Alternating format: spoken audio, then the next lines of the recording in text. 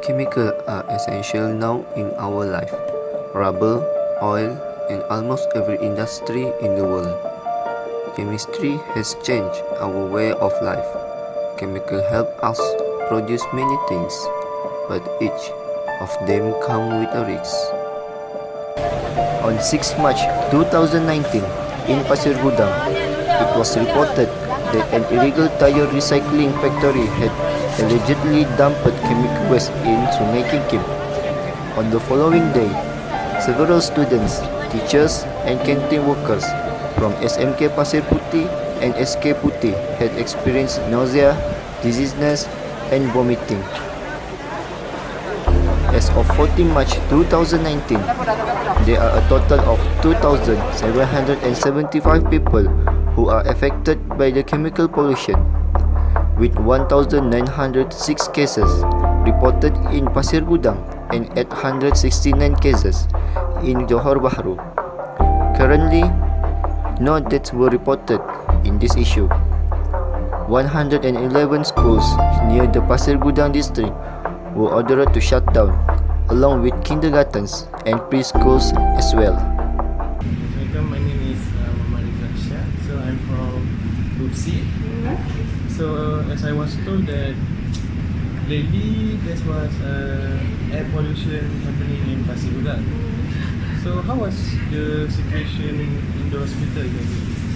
Actually, currently if you tanya tentang hospital Sultan Ismail, because that one is the kira disaster. Once a disaster, it become a hectic and quite busy and crowd with the case lah. And then for the Pasir Gudang, I can comment is once the incident and the tragedy happened, first day and second day disaster, kita tak receive any cases because that time Sultan Ismail still can handle the case because we are the private one. So we start receive the case third day onwards until the disaster stand down. So from I was told that the hospital were crowded with patients. So does the staff also affected from the patient? Okay, so far majority of the Pasir Gudang hospital staff, they all population stay around Pasir Gudang. Certain staff affected 100% with the sign and symptom of the chemical inhalation dalam 2 or 3% only. Does the staff have to work overtime? Okay, for the staff working overtime, so far it depends on the ward situation also and also the census patient. But for the staff yang already taking the annual leave, automatic annual leave on that day is cancelled and then they need to stand by and join for the disaster. Nurse, doctor and staff, they had to work overtime even though they can get infected by the patient too. Then we managed to interview a HR manager to ask them how the disaster affect in a workplace. Assalamualaikum warahmatullahi wabarakatuh. Salam. I'm Osman and I'm from Upsi, and I want to ask about the incident of the air pollution that occurs in Pasir Gudang. Firstly, can you please introduce yourself? Okay. Well, Assalamualaikum warahmatullahi wabarakatuh and good evening to you, Osman. Should I address you to Osman? So my name is Moiden. I've been with Bami Loaders Proplan since 7 years. Okay.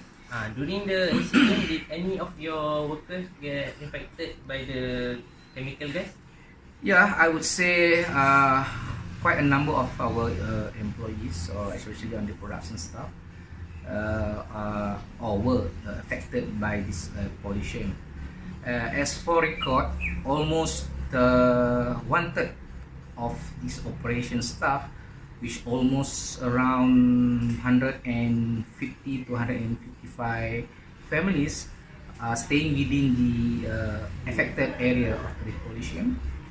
Based on your answer, so many of the workers will take MC and don't come to work. Yeah, not only that, this is a two-way. While we understand that the severity of an employee who is affected by this so-called the air pollution, the company also take an initiative to close part of our operation, where those operation with dealing and exposure. I mean, all external operation be related to project in terms of installation of capex that is ongoing. We put on hold during that 5 days.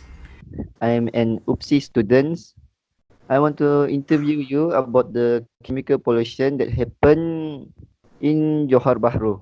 Is there any people from the area affected by the pollution?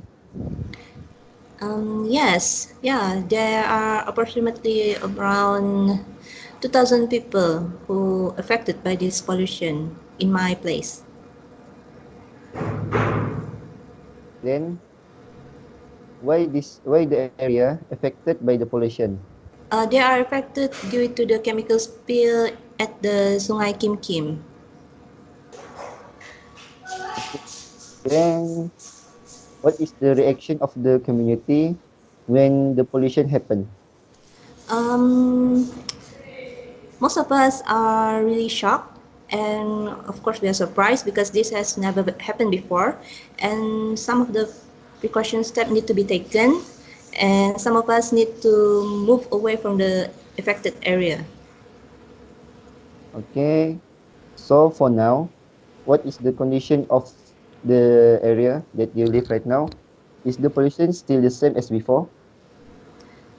So far that I know, the fume are still there, but it's just that the concentration of the fume is not higher than before, so it's not really that bad due to the cleaning works done by the authorities. Hello, my name is Yusfi. I'm from Education Sultan Idris University at Tanjung Malim, Perak. I would like to interview you about the effect of chemical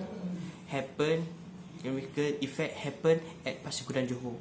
Okay, Puan Syuhada, what's your opinion about the cause of contamination?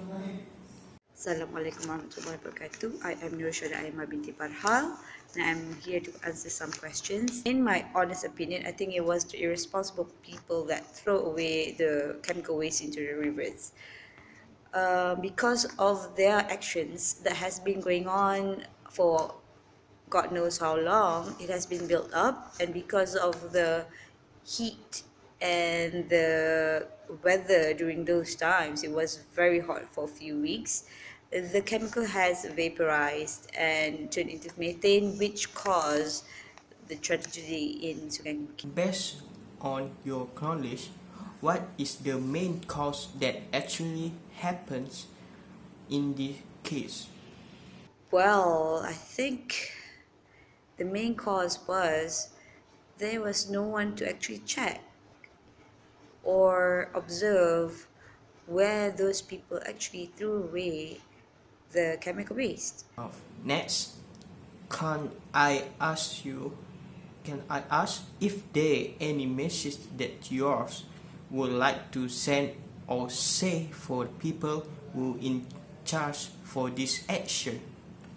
Yes, I would like to thank those nurses, the doctors, the emergency workers that has helped us through the tragedy to make sure that those are involved, those who are affected, are treated immediately. So the best thing is taking care of yourself. For example, use a proper PPE, and then eating the healthy life, healthy balanced food, and the most important is hygiene. Okay, based on our so-called real incident happened recently, what we have learned is that, or I should say the advice related to safety and health of employee is that, among others, number one is we should expect the unexpected, and even though we feel safe every day, but it could happen, accident or those type of incident can happen anytime, anywhere.